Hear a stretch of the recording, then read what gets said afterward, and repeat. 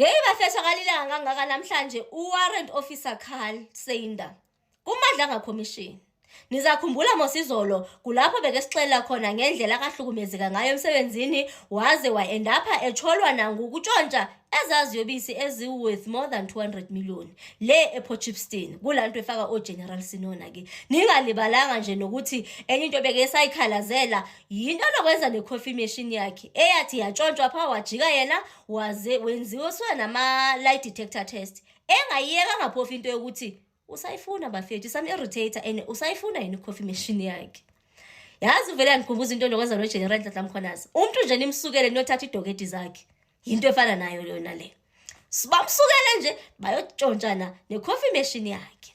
Hayi ke namhlanje kuziwa ngayo ke yonke la testimony yakhe since beyingaqibanga ke izolo. Hayi kuchiwe nje zonke iprocesses zezi attach nje imicimbi onokwenza nento onokwenza neziyobisi zapha emsebenzini. Uzolila nini ke ngokuyena uzoliliswa yinto yoba enye into ne before ndiyilibala kube khona ipart apho eze echo khona indlela aba advance ngayo aba bantu baze xa betransporta eziziyobisi zabo bafake ama track apha kwiziyobisi ingathi into ezi advance kwegqitha ezabo phesipoliseni uyichilo nje into efana naleyo. Hayi ke uliliswa yini ngoku nizakhumbula izolo nditshilo into yoba kwa ukuthiwe wenziwa i-lie detector test then yakhona into engathi ama results waba deceptive. Hayi ke according to yena uyaba khona into ongathi waxelelwa ngongathi ama results aveza into yoba uyaxoka. Kuyakhona into ethi apha kuye but if ndixoka ke ngoku why kube andikaxothwa because usually umuntu uyaxothwa. Yamangaza nje lonto leyo. Hayi bafethu namhlanje pha kuMadlanga Commission bathe nje nexa bezawuqala le process kwegqi email esuka kulomuntu wayenze i-lie detector test iveza into enokwenza ne-results zala lie detector test. I-result ezithi wafumaniseka into bakaxoki. That's when he got emotional. So you can imagine into ba emva kwethuba elingaka phansi kwenhlupheko phansi kwengcindezi enendasebenza phansi kwayo kujike kube kuthi nazi i-results ziyabonisa into banxoki bafethu uyewatshintsha ikhala. Into encedile nje into ba yonke lento yenzeke just before bezawuthini bezawu-ajena then wakwazi into bathini azicompose. Bafethu siyahlukumezeka emisebenzini nami ndimane ndiyitsho lento ndisezabalisela imibali. Okay bafethu sibuye. So after yena ke wayenza nje i-testimony yakhe yonke ke bafethu ne then after yena ke wangena omnye okuthiwa ngu-witness I.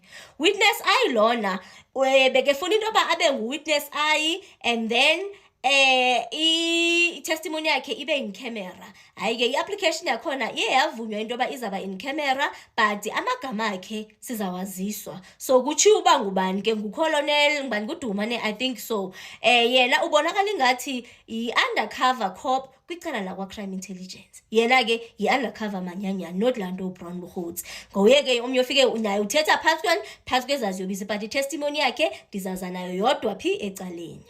Bafethu ndizothatha into ezimbalwa apha. Niyamkhumbula ndidlo magistrate lo beke strike ofe icase yabo Sibanyoni oJoe Sibanyoni kwela cala laseMpumalanga. Hayi bo bafethu la magistrate lona ndandivile vele into yoba ngumuntu ozoya kwi-retirement. Hayi bafethu i-last date yakhe emsebenzini bokuyi-Friday. So already as ndithetha nani ngoku njengoba kuzi-2 zikaJune 2026 she's on retirement. So wenze lanto ezazi ba yena utheni uzothatha umhlala phansi. Sigqithe namhlanje South Africans upresident wenu ndithetha ngupresident Cyril Matamela Ramaphosa ude wawuvula umlomo kulento akayibonayo enokwenza nabantu bokufika. Hayi ke nyamazi into ba uzaba nayo into ba right now isimo uyasibona na into ba sisafuni nje umuntu ozatyhala yeke. Kumele nje abe naye caution xa ethetha amagama akhe wakhethe. Wakhethile namhlanje unayo into etsho into yoba yona ingxaki yokuba kumanage ke ama legal immigrants lana kubonakala ingathi yona ingxaki khona. But ke nyamazi uzaba nayo lanto okufuna ukuyiqoqosha nje into yoba however makungabikho i-violence xenophobic yonke lonto leyo kona ikhona into ebonisayo ngongathi sesiyasuffocateeka. So wavezile amagama ngathi anjalo. but esafuna ukuthini, esafuna ukuthi nje baze bangahlukunyezwa abantu. Still imicimbi nokwenza nama-rights wabantu, whether ba-legal, whether bekho illegal, yonke lento uyithashile ke ne. But nje namhlanje xa kathetha ndimvile amagama akhe uyawagada. Ndibuya bafethu, i-SIU nayo ibibhizi ngezazo kulelo icala. Kunobugulukudu obuvelayo bafethu. Enye umcimbi endizawufuna nje ukuwuthatsha apha yinto nokwenza nabantu bokufika okubonakala ingathi baye babhenefita kuma-bursaries, thetha ngezi-student kwiside lase-Free State. Babhenefita into engange-579, I think 579,000. Ekubonakala ingathi ke kwaphiwa i-bursaries abantwana bokufika okwaziwa into yoba abanagunya, abanalungelo lokubhenefita kule mali, kodwa baye babhenefita ngobugulukudu. Ayike zibiziwe iintshukuntshuku zemali o-8 million apho, kubonakala ingathi abantu sponsorana nee-relatives zabo. Ayike ikhona nenye into endethusile apho kwathi bokunee-ghost nezipoki nje, khona nje imali ziphuma nangezipoki. So ininzi nje into yona ekusamele uba igubhurulwe apha, but nje ubuqhophololo bona yinto ezawukwenzeka uba the more beba-exposed the more bezaba novalo. Buza kwehla bona noba buphelanga ncam, kodwa ukwehla kona kuza kwehla. Ininzi into yenzeka eSouth Africa bafethu, like ininzi. Ngapha ke ndiyitshilo mos on my previous post into yoba njengoba bokukhona lo mntana uNhlamulo Sambo lo besike funa ingathi into yakhona ifuna ukudivide iSouth Africa, ivelile into ethi amapolisa ase-Western Cape bayiconfirmile into yoba ukutshona kwakhe akunanto kwenza ne-protest ezezethu esibhizi ngazo. Qha ikhona into ebonisa ingathi ebebhizi emosha emzini womuntu othile, then uthe xa ngathi xa kephuma bebaleka apho, that's when ke ngoku wahlatywa wathini. So ayinanto kwenza nantoni nento lesibhizi ngayo njengoba bebhizi befuna ukusimoshela. Ndithetha mna ngela qembu futhi, especially ela qembu labantu bokufika. Asijiki South Africans, ilizwe eli lelokhokho bethu enesizalwela enesirhalela into yoba malide lilunge. Who has sent us an email to explain the two documents. And the email came at 9:50. We only saw it now.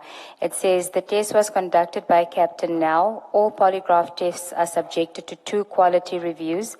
The first is the technical review during the polygraph process after the polygraph charts are generated. During this process, the result was a DI, deception indicated.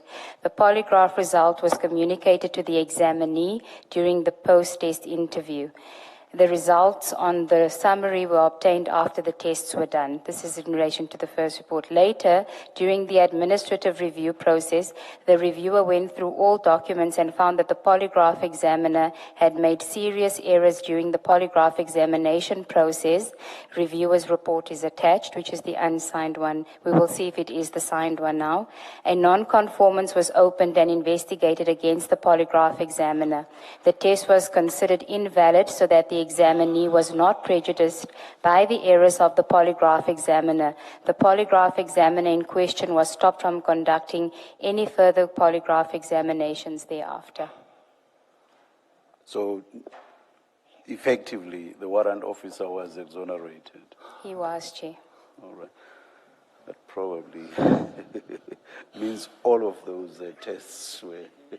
This relates only to him, yes, we will, before all the other witnesses come, we will have to do the same exercise, Chair. Thank you. Yeah, thank you.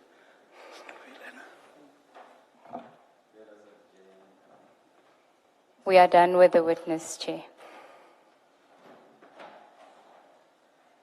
Warrant officer, you are excused. Thank you, Commissioner. Thank you very, very much for your testimony. And at least I'm happy that we are at the point where we are adjourning. I see that you are emotional, so you'll find time to compose yourself now. Thank you very much again, Warrant Officer. Let's adjourn and resume at 11:25.